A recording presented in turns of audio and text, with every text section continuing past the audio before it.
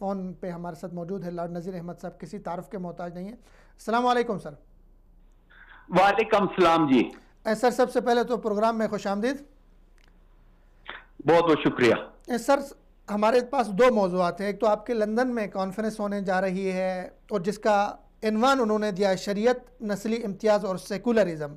और इस कॉन्फ्रेंस में जो हमारे लिए अहम बात है वो हमारे जो आसिया मसीह का वकील है सईफुल मुलूक, वो शरीक होने जा रहे हैं। और ये कॉन्फ्रेंस है हम जिनस परस्तों की, मुल्हिदों की।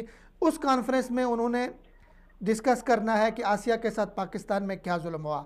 सही है कि आसिया हमारी बेटी है, हमारी कौम की बेटी है, उसके साथ पाकिस्तान के सुप्रीम कोर्ट ने उसके ऊपर फैसला दिया, वो पाकिस्तानी शहरी हैं। लेकिन ऐसे फोरम पे, एक इंटरनेशनल फोरम पे खड़े होकर आसिया को लेकर दूसरे मलाला बनाने की कोशिश की जा रही है। इस पे आपका कमेंट लेना चाहूँगा सर।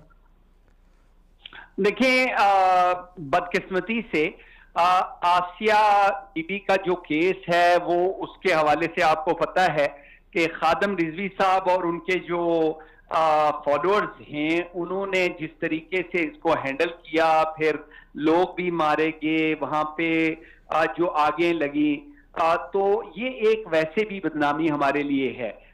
मैं समझता हूं कि उनके वकील साहब को यहाँ पे नहीं आना चाहिए। ये पाकिस्तान का अंदरूनी मामला है, वहां पे बैठ के खुल के बात करें पाकिस्तान के अंदर। या तो ये हो ना कि उनके साथ इतना जुल्म हो रहा है कि उनकी कोई सपोर्ट नहीं कर रहा, हम लोग भी उनकी सपोर्ट कर रहे हैं आसिया बीबी की सेफ्टी के लिए। सुप्रीम कोर्ट और गवर्नमेंट ने भी उनको सपोर्ट की। तो वैसे भी बहुत सारे लोग ऐसे हैं जो इस्लामोफोब हैं, जो एंटी मुस्लिम हैं, पाकिस्तान के मुखालिफ हैं। कल ही मैंने हाउस ऑफ लॉर्ड्स के अंदर जो मुस्लिम कंट्रीब्यूशन फर्स्ट वर्ल्ड वॉर के अंदर और पाकिस्तानी जो करंट मौजूदा जो शहर हैं और इलाके हैं, 4,30,000 लोगों ने फर्स्ट वर्ल्ड वॉर में किंग एंड द कंट्री बरतानिया के लिए वो जंग लड़ी थी। 26,000 लोग जो हैं वो उसमें शहीद हुए थे।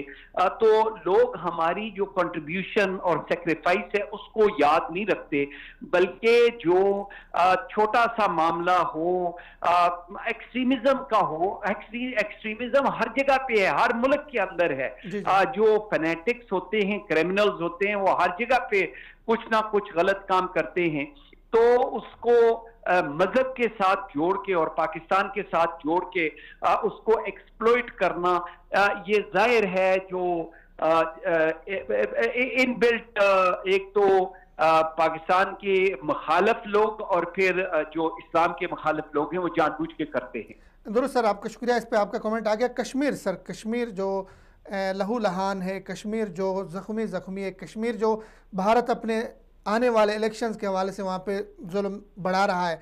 कश्मीर के हवाले से सर कि भारत कश्मीर के ऊपर मुज़ाकरात से मफरूर था, मुज़ाकरात से भागता था, वो न 3 में न 13 में, लेकिन मास्को में तालिबान से मुज़ाकरात करने चला।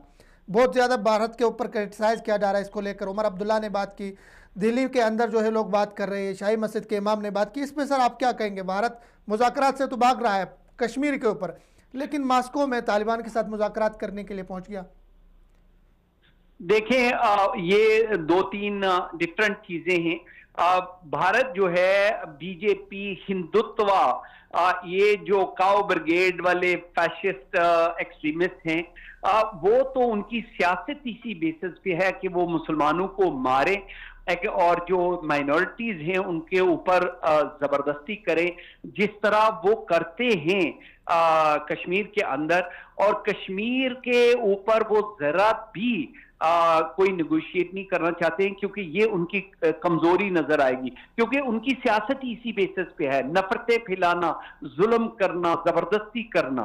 तो इसलिए जो है वो होता है। मैं और आ गई है।